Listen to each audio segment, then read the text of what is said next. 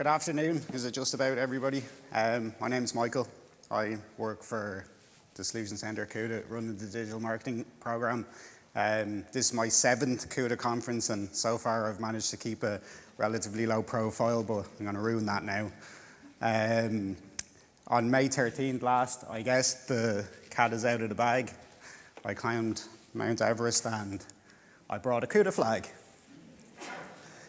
A lot's changed on Mount Everest since the first ascent in 1953 by Tenzing Norgay and Ed Hillary there. Those initial climbs were funded by nations, they were claimed by nations, national importance, I suppose. Throughout the 1970s and the 1980s, Reinhold Messner and Ed Viesters from America there, climbing transitioned into probably more of an individual pursuit. By the time we got to the 1990s, it further evolved again into, I suppose, adventure tourism is the best way to put it. So probably a concentration of type A personalities chasing type 2 fun. And we say to ourselves, what's type 2 fun? It's basically miserable. You make a few good friends, you have some good stories to tell, but essentially you risk losing a few digits along the way. They say, there's a saying that to be a good mountaineer you need to have a short memory and ability to suffer. I think you can see by my photo there, I learned both are true. Mount Everest is a metaphor, I suppose, as much of it as it is a colossal lump of limestone in Asia. It's a representation of struggle, of danger and ambition, I guess.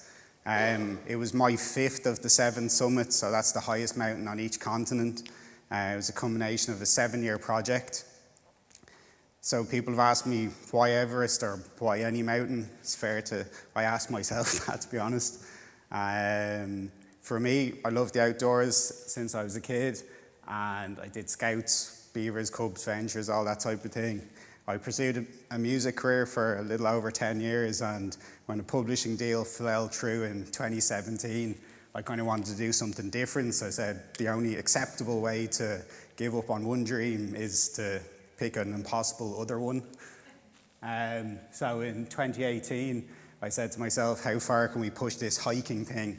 So I went to Tanzania in Africa to climb Kilimanjaro, and the second guy in there met a guy called Dave Keating from Limerick, and we actually have ended up doing all of the other mountains together. So in 2019, we went to Russia to climb Mount Everest, which is the European high point. I went with my pal Pafalvi, who you might remember from Killarney a couple of years ago. In 2020, we went to Argentina to Aconcagua. That's actually the highest mountain in the world outside of the Himalaya. It's actually also the highest mountain in the Western Hemisphere. In 2022, we went to Alaska to climb Denali, or if you ask Mr. Trump, Mount McKinley now again. We also climbed Mont Blanc in 2021, but that was just for fun. In terms of technical skills, we had to learn how to use, as you can see with my avatar here, we had to learn how to use crampons, ice axes, learn how to use ropes, ladder crossings, things like crevasse rescues. That's essentially pulling yourself or somebody else out of a hole. You have to build your fitness. Building up to Everest, it was roughly about 13 to 14 hours a week, half marathons every Saturday morning. You have to see how your body reacts at different altitudes. You don't really want to get to Everest and go, it's not really for me. You have to learn about the gear, when to use it, and then this is really all in the interest of not being a liability to yourself or to any of your teammates. So you might ask yourself, how do you get from the mean streets of Cabinteely to the foot of Mount Everest? So we flew to Kathmandu from Dublin via Qatar, and then when we got to Kathmandu, we took a helicopter from Kathmandu to the Sherpa village of Lukla. We have a little bit of a video of the last approach there. This is, statistically speaking, the most dangerous airport in the world. Less so in a chopper because it's huge gradient. Paul probably flew into his pole vault shirt. Bad visibility can be quite dodgy. From Lukla, we were basically on 2 weeks walking to Everest Base Camp. We visited villages like Fatting and Nanche Bazaar, which has the highest Irish pub in the world. I'm sure you'd all be delighted to know. No Guinness, so draw your own conclusions there. We visited the monastery village of Tengboche, and we visited Perichet, which is kind of the last significant settlement before you just disappear into desolation. So we alternated between moving days and acclimatization days. So this allows your body time to adjust to the altitude. So as we climb, the air gets thinner and oxygen levels drop. So it prompts your body to produce more red blood cells to meet the demand. So this began what we call our climb high and our sleep low strategy that we follow out through the full expedition. When we arrived in Everest Base Camp first, as well as some technical training, playing in the snow, to be honest, we're all just children, we had our puja ceremony. So a puja is actually a Tibetan Buddhist ritual or a blessing. It's a massive part of Sherpa life. During the ceremony, the High Lama will ask the mountain deity for a safe passage. There's no expeditions in the Himalaya without first having a puja. The Sherpa just will not set foot on the mountain. Fun fact, the Royal Geographic Society named Mount Everest in 1865 after Sir George Everest, who was the British surveyor general of India. But the local people in Nepal actually call Everest Sagarmatha. It's in Sagarmatha National Park, and that means the goddess of the sky. Arguably, the most objectively dangerous part of climbing Mount Everest is the Khumbu Icefall. It's a frozen river or a frozen waterfall that's moving about 3 feet or about 1 meter a day, so non-linearly. So you can, when you're in your tent at night, you just hear these massive cracks of the glacier moving forward, and that can cause havoc. The icefall is probably one of the most famous parts of it. Otherwise, you've probably seen in movies or pictures people teetering on ladders with massive big seracs over their heads. That's me down climbing a ladder on the first rotation. So we all actually had to run through that as fast as we could in single profile because there's a massive overhead hazard there above us. Each year there's only a single route fixed through the icefall by the icefall doctors. So moving through the icefall quickly reduces the time spent in front of those sort of dangers. Unfortunately, accidents do happen. In 2023, 3 Sherpa guides unfortunately lost their lives when a serac fell. And in 2014, the single worst day in Everest history, 16 Sherpa were tragically killed in an avalanche when it swept through the icefall. So it's really a humbling reminder to the mountain's dangers and the respect that it commands. So from a mitigation point of view, we move through the icefall at night, as you can see there. So that limits both ourselves and the Sherpa in terms of the ice is frozen, it's at its most stable, and by virtue of that, as safe as it kind of possibly can be. Success on Everest is all about planning, like you all know yourselves. Striving and thriving for 2 months in, frankly, a fairly unhospitable environment is a challenge, to say the least. So we're constantly assessing risk. We need to allocate the resources correctly. We're working as a team. Just wouldn't work otherwise. And then we have to essentially look at crisis management. What are we going to do if something goes really badly wrong? So our team on the mountain, CTSS, they're frankly the class of the mountain, part of how we chose them. They have an unrivaled safety and success record for the Sherpa and for us. Leader Mike Hamill there in the middle, he has 6 Everest summits to his name. Tendi Sherpa here got his 17th with me on May 13th, and Josh got his 3rd the same day. When we're planning for expedition, and CTSS, they adopt what's known as a marginal gains philosophy. You might be familiar with it. So marginal gains originated in the world of competitive sports, and it centers around the idea of making small but incremental improvements in all areas that overall add up to a big gain in performance. So they're optimizing everything, like obvious stuff like base camp logistics, staffing, weather forecasting, but one of the just things you wouldn't necessarily think of, camp hygiene. One of the fastest ways to stop an expedition is to get a tummy bug or a GI bug. Like when you're at 5,000 meters or above, it's virtually impossible or very, very difficult to recover from anything properly, and you just basically have to go down.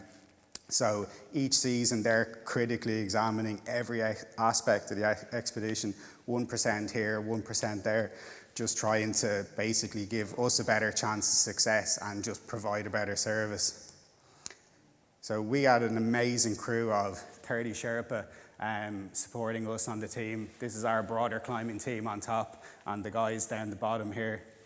They're carrying everything from oxygen. We carry some of our own gear, but they would carry some equipment as well, food and other supplies to stock the higher mountain. As I say again, ad nauseum, without the Sherpa support, it just wouldn't happen. In winter 23, it was an unusually dry season, which meant the icefall doctors had a particularly hard job fixing a route. So the route actually opened 10 days later than expected. But once the route did open, Tendi that you saw there was able to deploy the guys, and we were able to stock the camps before any other team on the mountain. Now, this is an important point because it gave us a strategic advantage that lasted the entire expedition. We were able to get up the mountain, complete our rotations and acclimatization, and get back down and be rested. And we were able to take the first weather window, which meant there was no crowds. So you've probably seen photographs at different stages of queues at the top of the world and this type of thing. We didn't experience any of that. There was 4 people on the top of the world, including myself that day. When we were there, other people who went in at other stages, just to be sure. So we climb the mountain in rotations, as I say. So we climb high, we sleep low. So a rotation is we leave base camp, we go through the icefall that we've looked. This is camp 1, and then there's camp 2, 3, 4. So we leave base camp, go through the icefall a number of days above the icefall and come back down. So camp 1 is, just for your own reference there, is about 6,000 meters, a little bit higher than the summit of Kilimanjaro. Camp 2 is at 6,500. Camp 3 is at 7,000 meters, which is about the height of Aconcagua. And then Camp 4 is just a little bit shy of 8,000 meters. Before I continue to talk more, I have a video of the route. So let's have a look at that.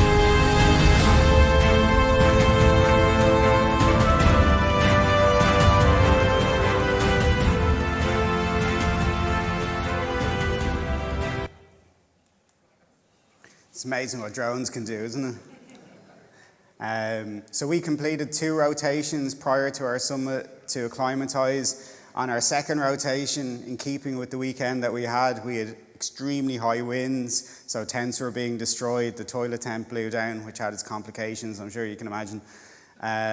We all had to chip in to get Camp 2 secured, because essentially if it got destroyed, they actually keep a lot of that infrastructure in Camp 2 between seasons, and they ferried in via helicopter because of the ice fall. So if it got destroyed, we wouldn't have been able to restock it, so it probably would have been game over.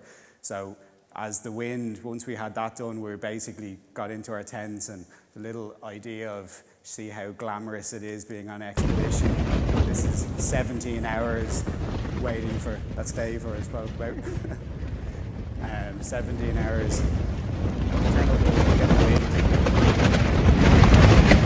7 o'clock, still nothing. 4 a.m, still no sleep. 6 a.m. In terms of going for the summit, we'd been in Nepal for 6 weeks at this stage, so despite the training and everything that was involved, we had 6 days and 5 nights to essentially go for the summit push, and you could feel the nervous energy in the camp. It was palpable, not knowing what lay ahead, especially on the top, that upper mountain, because in the acclimatization, we never really went above Camp 3.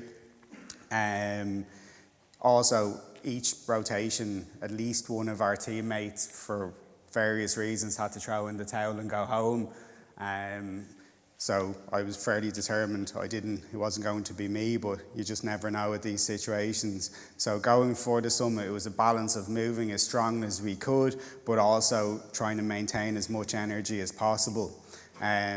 So just in terms, we spent 1 night in Camp 1, we spent 1 night in Camp 2, 1 night in Camp 3, and then from Camp 3 to Camp 4 to the summit, all the way back to 4 and down to 2, you could see that as a 37-hour straight push with virtually no sleep, just a little bit of rest in Camp 4, so it was going to be a long day. Also to note, we started using supplemental oxygen en route to Camp 3. Turns out it's a remarkable performance-enhancing drug. Can't recommend it high enough. Since 1953, only 3% of the successful summits have been without using oxygen. If you don't use it, the risks escalate significantly. It makes it incredibly difficult for the body to maintain heat and stay warm, and then the risks of frostbite and high altitude acute sickness goes through the roof. Unfortunately, the night I summited, we passed 2 guys who were climbing up, 2 Mongolian guys. They weren't using oxygen. They made the summit, but they never made it back. So frankly, this just surpasses my idea of a good time and is well beyond my risk appetite. We left Camp 3 at 5 a.m. Took about 8 hours to reach Camp 4. Along the way, we crossed the yellow band, as I was telling you about. It's quite a technical, very steep section. It's mind-blowing to think it's a limestone formation that goes right across the Lhotse face. It goes a long way through the Himalaya, actually, but it's mind-blowing to think they've actually found sea fossils in it to remind you that the highest mountain range in the world and the highest mountain actually was once beneath the ocean. It's hard to get your head around that. The last section before reaching Camp 4 is a rocky scramble called the Geneva Spur. And then, again, you can see how concerned I am with finding flattering photographs. When we got into Camp 4, just try and rehydrate and eat whatever we could, despite it's impossible really to get any food into you at that sort of altitude, and everything's harder. It takes about 40 minutes to put your boots on to leave.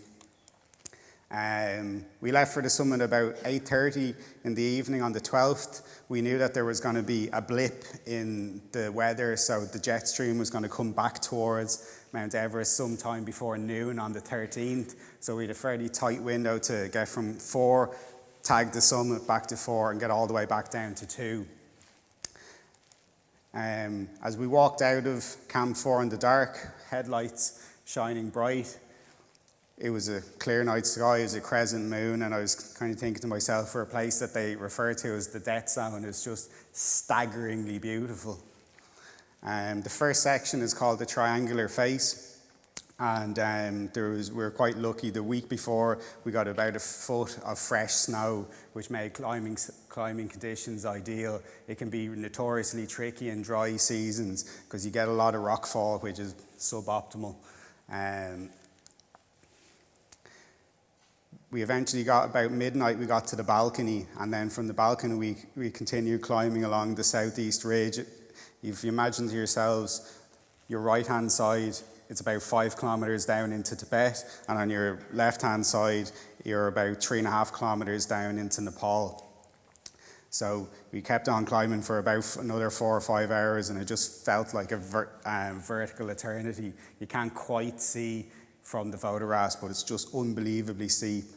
Around 4 a.m, the sun began to break over in the horizon, again fitting for the day that's in it in the title. You could just about see the curvature of the earth in this beautiful golden hue. As the sun ascended and Everest cast this beautiful shadow, it was actually a personal goal of mine in terms of training, and something I kind of fell back on and for motivation. I'd heard about this particular image that Mount Everest cast the shadow into Nepal on sunrise, and I wanted to be in physically good enough nick to try and enjoy it. At the south summit, we changed our bottles for the last time. The wind had actually picked up a little bit earlier than we thought, so some of the people who were behind us turned around, but we were in sight, so we thought it was reasonable to keep on pushing ahead. We were getting battered by the wind. It was about minus 33. You can see here's a video of, this is Dave, I'm just slightly behind him. Along this section, much to Dave's absolute utter disbelief, we passed the remains of 2 unfortunate souls who had lost their lives on a previous summit attempt, but actually remained tethered to the mountain. Whether it's peripheral selective vision on my part, 'cause I don't really like heights. We'll get to that. I just never saw them. The lads just couldn't believe. This is a little video this is what's left of the Hillary Step. It's probably the last 150 meters vertical to the summit. You can see anybody who says it's just 1 foot in front of the other, let you on it yourself.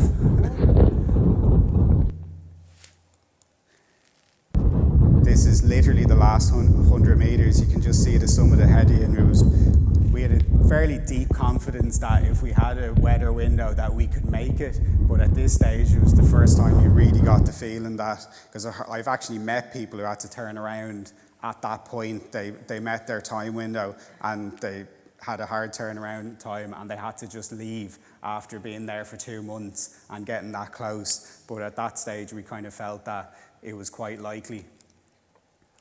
So at 6:20 a.m, the sun had risen fully. It was a beautiful day, and we made the summit. Dave, who's with me there from Limerick, he became the oldest Irish person to ever climb Everest at 58 years old. He took the record by 40 days, so there's plenty of time for some of you to go for it. The actual record is a Japanese person who's 82, so there's actually no excuse for any of you. There's a saying in mountaineering that the summit's only halfway, so I didn't really have that euphoric sense of achievement that we would have had on Denali or some of the early mountains. So I was just very cognizant of a lot of accidents actually happen on the way down, so we took a second to try and enjoy the view.